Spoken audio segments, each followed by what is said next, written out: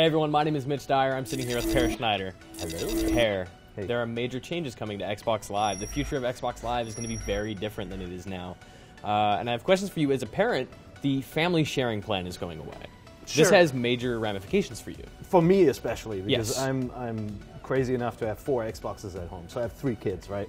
4 Xboxes, everybody in the house plays Xbox Live online. And so right now with the Family Gold Pack, I pay $100 a year and I get 4 accounts out of it, and they're completely independent. Each account can connect to Xbox Live From individual Xboxes. from any Xbox, right? They can log in and play, so they can hop from one Xbox to the other two and log in and play games. Yes. Game ownership is of course different, right? Yeah. You have to buy multiple copies of the games and everything. So all that is changing.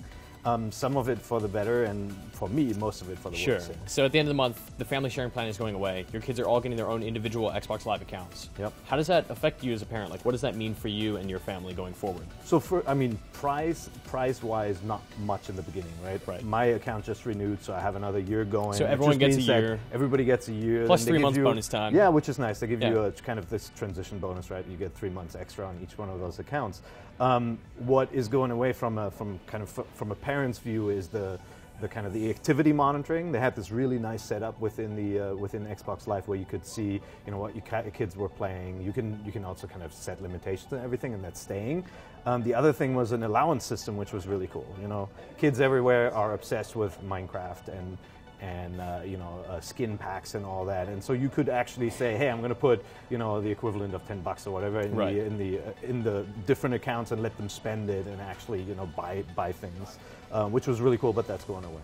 Yeah, so with Xbox One, I have to imagine that they're going to implement some kind of system that will allow you to do that.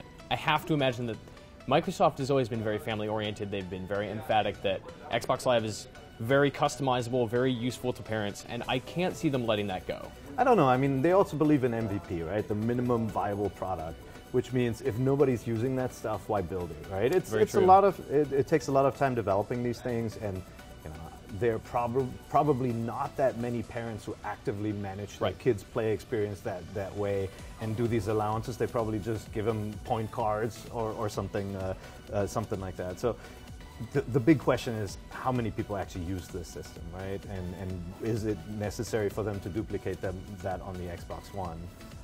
What they are doing, though, is making it easier to share games between people. Sure, right? and that's got to be super beneficial for you, right? Yeah, that's great. I mean, right now I have 1 copy of Minecraft that was bought under my name, so when my youngest wants to play it, he always has to log in as me first, and then unless I transfer it, and then he can log in and play the game. And so with the new the home gold share plan, such a weird name. It's an awful name.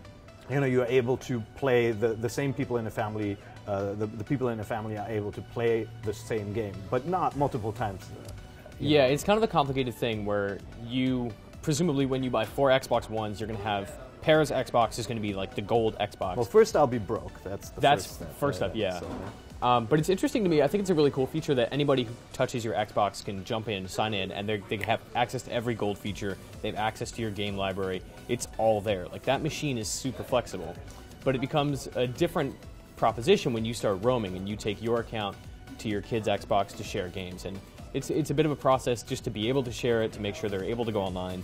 And in your case especially, it's a really complicated thing to get all of your family playing online together. Yeah, I mean, ironically, it's Xbox is actually, pulling up to what the other guys have been offering for a while, right? Like on Wii U, you install a game once, even with a digital download, and you create multiple accounts, and they can all share the same game. They have their own saves, but they can all access it on the same machine, right? Like now, now of course, Nintendo doesn't offer the ability to take that game and then unlock it on another machine and actually share it there, which was, this entire family plan was founded like based on that foundation that you could share a game. You couldn't play it simultaneously across multiple accounts. Which is still true. You can't be signed into 2 Xbox Ones at the same time on the same account. Yeah. But you can be signed in on like Windows, 360, and Xbox One all at the same time. Yeah, the repercussions for me just means like I have to pay over $200 to support multiple Xbox Live Gold accounts for if my entire family wants to play online. Of course, you could do things like play a game split screen on 2 machines, and you don't need gold accounts